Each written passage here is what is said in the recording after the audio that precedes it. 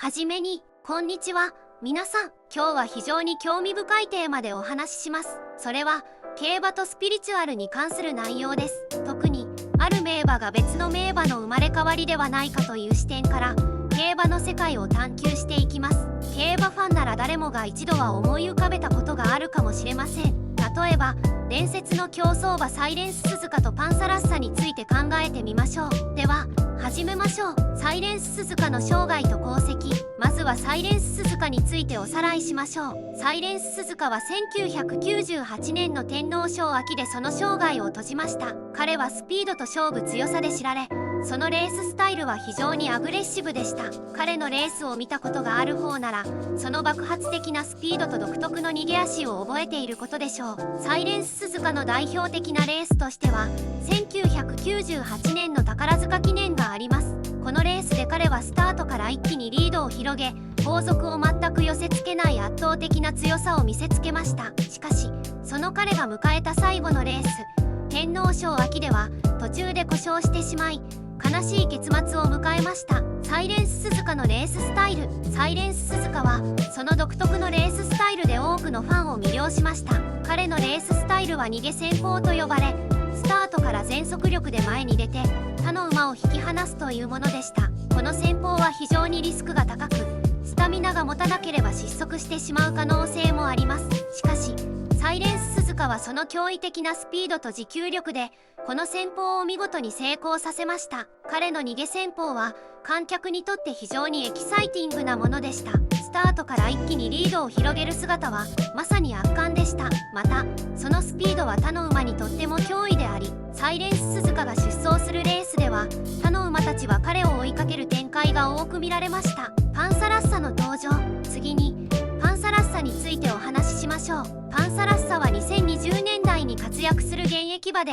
そのレーススタイルはサイレンススズカを彷彿とさせるものがあります。彼もまたスタートから前に出て持ち前のスピードでリードを保ち続ける戦法を得意としています。多くの競馬ファンがパンサラッサはサイレンススズカの生まれ変わりではないかと感じるのも無理はありません。パンサラッサの特徴と功績。パンサラッサの特徴はその驚異的なスタートダッシュと持久力にあります。彼のレーススタイルはサイレンススズカと非常に似ており、スタートから前に出てそのままリードを保ち続けるというものです。彼のレースを見たファンはそのスピードと粘り強さに驚かされます。パンサラッサの代表的なレースとしては2022年の天皇賞秋があります。このレースで彼は見事な逃げを見せ、結果最後イクイノックスに刺され2着にはなったものの、 1000M 通過タイムが生前のサイレンススズカと被ったこともあり、多くのファンに強烈な印象を残しました。またその他のレースでもその圧倒的なスピードを披露し、多くの勝利を収めています。パンサラッサのレーススタイル。パンサラッサのレーススタイルもまた逃げ戦法を採用しています。彼はスタートから全速力で前に出てそのままリードを保ち続けるという戦法を得意としています。この戦法は非常にリスクが高いものの、パンサラッサの驚異的なスピードと持久力がそれを可能にしています。パンサラッサの逃げ戦法は観客にとっても非常にエキサイティングなものであり、彼が出走するレースでは多くの注目が集まります。彼の走りを見ることで多くのファンがサイレンススズカの姿を思い浮かべるのです。サイレンススズカとパンサラッサの共通点。ここでサイレンススズカとパンサラッサの共通点をいくつか挙げてみましょう。レーススタイル。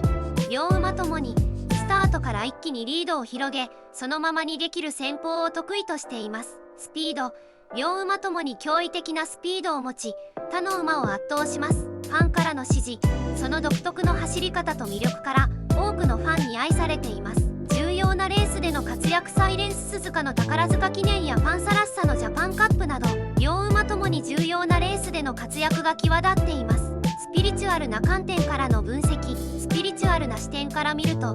サイレンススズカの魂がパンサラッサに宿っている可能性はあるのでしょうか。一つの指標として魂の目的という考え方があります。サイレンススズカの魂が競馬の世界で何かを成し遂げようとしていたのなら、その使命を果たすために再び現れることは十分に考えられます。魂の目的と競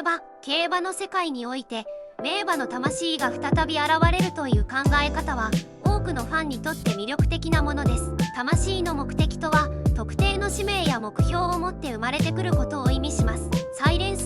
の魂が競馬の世界で果たすべき使命がまだ終わっていないとしたら、その魂は新たな肉体に宿り、再び競馬の世界で活躍することでしょう。パンサラッサの活躍を見ていると、彼がサイレンス鈴鹿の魂を受け継いでいるのではないかと感じるファンも多いでしょう。その走りにはサイレンス鈴鹿の魂のエネルギーと情熱が宿っているように感じられます。ファンの視点と夢、多くの競馬ファンがパンサラッサにサイレンス鈴鹿の面影を感じるのは、その走り方や姿勢に強い共鳴を覚えるからです。競馬というスポーツは単なる競争ではなく、馬と人との絆、そしてその背後にあるストーリーが大きな魅力となっています。名馬の生まれ変わりというテーマは、ファンにとって夢とロマンを与えてくれるのです。歴史と伝統の中での生まれ変わり、競馬の歴史は非常に古く、その中で多くの名馬が登場してきました。その歴史の中で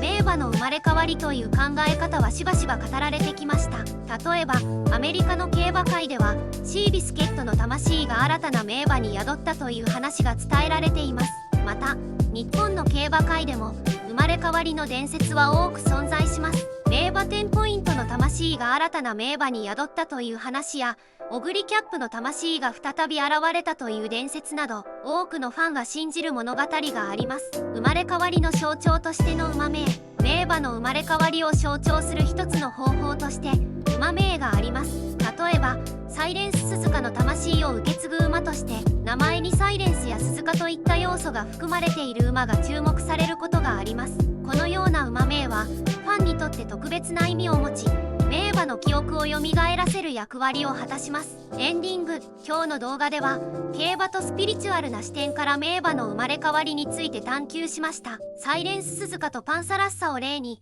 その共通点やスピリチュアルな観点からの分析を行いました。競馬ファンの皆さんにとってこの動画が新たな視点と楽しみを提供できたなら幸いです。それでは次回の動画でお会いしましょう。皆さんのコメントや感想もぜひお聞かせください。ありがとうございました。